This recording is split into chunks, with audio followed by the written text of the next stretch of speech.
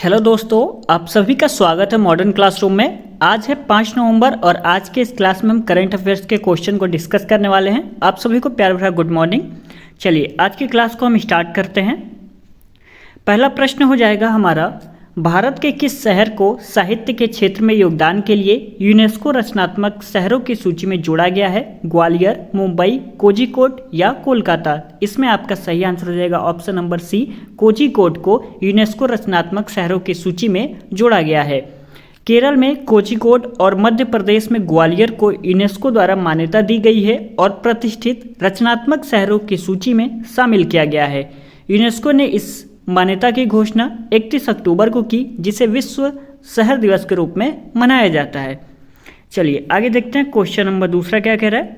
Question number दूसरा कह रहा है, वर्ल्ड फूड इंडिया 2023 का विशेष फोकस क्या है? इसमें आपका ऑप्शन नंबर सी सही हो जाएगा, बाजरा। यह वर्ल्ड फूड इंडिया 2023 का विशेष फोकस हो जाएगा। ठीक है। प्रधानमंत्री नरेंद्र मोदी ने 3 नवंबर 2023 को नई दिल्ली में एक mega food event world food India 2023 का उद्घाटन किया। इसको आप ध्यान रखिएगा, इंपॉर्टेंट है। ठीक है।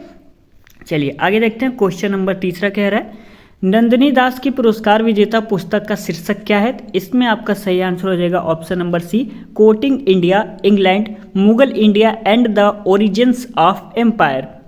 नंदिनी दास ने अपनी पहली पुस्तक courting India, England, Mughal India and the origins of empire के लिए पुरस्कार जीता है। किसने जीता है? नंदिनी दास ने। चलिए आगे देखते हैं। क्वेश्चन नंबर चौथा कह रहा है हमारा, वैश्विक सांस्कृतिक समझ के लिए 2023 ब्रिटिश अकादमी पुस्तक पुरस्कार का विजेता कौन है? इसमें आपका सही आंसर हो जाएगा ऑप्शन नंबर बी, नंदिनी दास। यह 2023 ब्रिटिश अकादमी पुस्तक पुरस्कार की विजेता हो जाएंगी।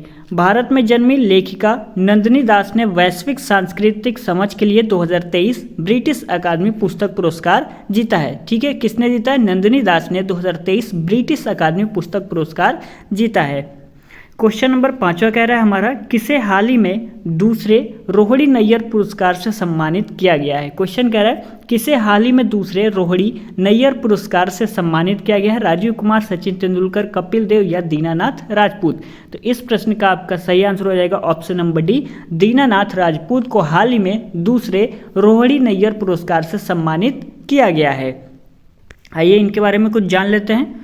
पूर्व सॉफ्टवेयर इंजीनियर दीनानाथ राजपूत को छत्तीसगढ़ के बस्तर में आदिवासी महिलाओं के सशक्तिकरण में उनके महत्वपूर्ण योगदान के लिए दूसरे रोहिणी नैयर पुरस्कार से सम्मानित किया गया। दीनानाथ राजपूत ने नक्सल प्रभावित क्षेत्रों में केवल महिलाओं के लिए किसान उत्पादक संगठन FPO की स्थापना की। आगे देखते हैं। क्वेश्चन नंबर अगला कह रहा है हमारा, भारत में पहले अंतर्राष्ट्रीय क्रूज लाइनर कोस्टा सेरेना के डोमेस्टिक सेलिंग का उद्घाटन किया गया है।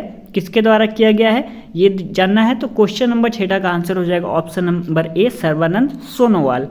इनके बारे में कुछ जान लेते हैं। केंद्रीय बंदरगाह, जहाजरानी और जल मार्ग मंत्री सर्बानंद सोनोवाल ने मुंबई में भारत में पहले अंतर्राष्ट्रीय क्रूज लाइनर कोस्टा सेरेना की घरेलू नौकायान का शुभारंभ किया।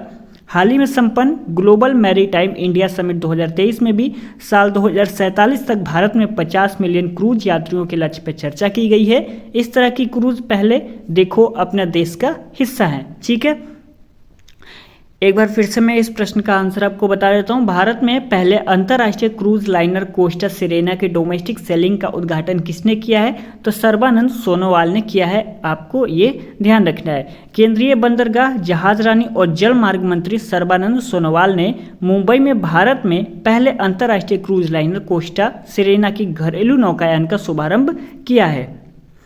चलिए आगे देखते हैं। क्वेश्चन नंबर 7वां कह रहा है हमारा, चुनाव आयोग ने चुनावी साक्षरता को बढ़ावा देने के लिए किसके साथ समझौता किया है? विदेश मंत्रालय, NCERT, UPSC, शिक्षा मंत्रालय? तो इस प्रश्न का आपका सही आंसर हो जाएगा ऑप्शन नंबर डी, शिक्षा मंत्रालय द्वारा समझौता किया गया है। भारत के चुनाव आयोग ने देश भर के स्कूलों में चुनावी साक्षरता लाने के लिए शिक्षा मंत्रालय के साथ एक समझौता ज्ञापन पर हस्ताक्षर किए हैं। इसका उद्देश्य सभी स्कूलों में कक्षा 6वीं से 12वीं तक के पाठ्यक्रम में मतदाता शिक्षा और चुनावी साक्षरता को शामिल करना है।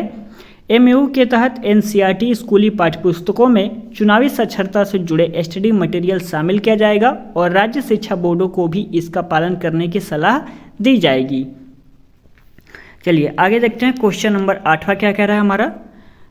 वनडे विश्व कप इतिहास में सर्वाधिक विकेट लेने वाले कौन से गेंदबाज बन गए हैं। ठीक है, क्वेश्चन नंबर 8 कह रहा है हमारा वनडे विश्व कप इतिहास में सर्वाधिक विकेट लेने वाले गेंदबाज कौन बन गए हैं। जसप्रीत बुमराह, मोहम्मद शमी, या यहाँ पे दोनों एक ही टाइप हो गया, तो यहाँ पे मोहम्मद सिराज मान लीजिए। ठीक है, ऑप्शन नंबर सी पे मोहम्मद सिराज और option number D Ravindra Jadeja. तो यहाँ पे आपका सही आंसर हो जाएगा option number B Mohammed Shami. Option number C पे मैंने बता दिया मोहम्मद सिराज मान लीजिए, या तो आप सोचिएगा ऑप्शन नंबर सी है ही नहीं, केवल 3 ही ऑप्शन है, जसप्रीत बुमराह, मोहम्मद शमी, रविंद्र जडेजा। तो वनडे विश्व कप इतिहास में सर्वाधिक विकेट लेने वाले गेंदबाज कौन हो जाएंगे, मोहम्मद शमी।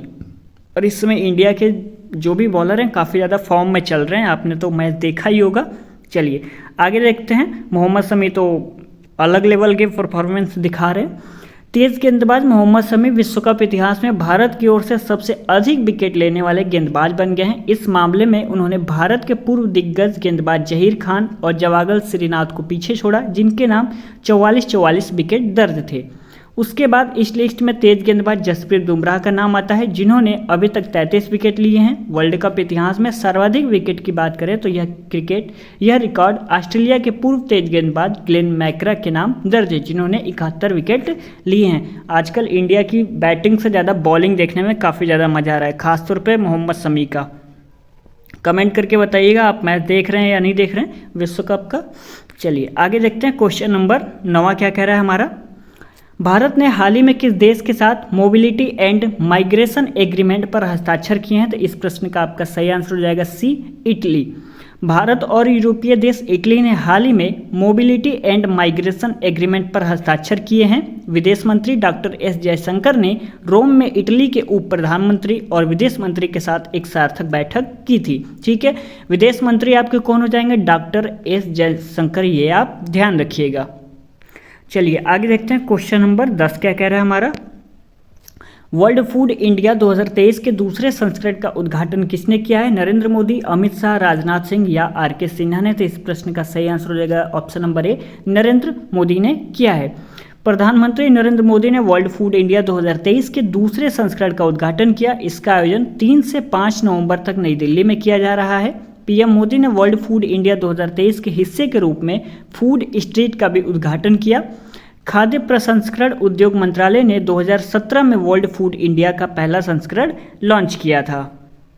चलिए आज के क्लास में बस इतना ही। यदि वीडियो आपको अच्छा लगा होगा तो प्लीज़ इस वीडियो को एक लाइक कर दीजिएगा, कमेंट करके बताइएगा आपको वीडियो कैसा लगा, और अपने दोस्तों में इस वीडियो को ज़्यादा से ज़्यादा शेयर करिएगा। जहाँ भी आपने व्हाट्सअप टेलीग्राम ग्रुप ज्वाइन किया हुआ है वहाँ पे एक बार शेयर जरूर कर दीजिएगा। और आप चैनल पर नए हैं तो सब्सक्राइब कर लीजिएगा ऐसे वीडियोस पाने के लिए। एक बार आप प्लेलिस्ट को चेक कर सकते हैं, वहाँ पे आपको polity class, statics, GK, SSC, GD के लिए काफ़ी सारी क्लासेस मिल जाएंगे, तो आप एक बार चेकआउट कर लीजिएगा। यदि आपको पीडीएफ चाहिए तो टेलीग्राम ज्वाइन कर लीजिए, यहाँ पर लिंक मतलब डिस्क्रिप्शन में मैं लिंक दे दूंगा, ठीक है, वहाँ से ज्वाइन हो जाइएगा। या तो चैनल के अबाउट सेक्शन में आप जाएंगे तो वहाँ पे एक लिंक दिया होगा टेलीग्राम का, आप उससे भी ज्वाइन हो सकते हैं टेलीग्राम पे। वहाँ पे आपको सबसे पहले जीके पोस्ट या जो भी कुछ होता है वहाँ पे पहले अपडेट कर दिया जाता है। यदि आप व्हाट्सअप पर जुड़ना चाहते हैं तो उसका लिंक भी मैं डिस्क्रिप्शन में दे दूँगा, आप दोनों जगह ज्वाइन हो जाइएगा, ठीक है। चलिए मिलते हैं अगले क्लास में, तब तक के लिए धन्यवाद।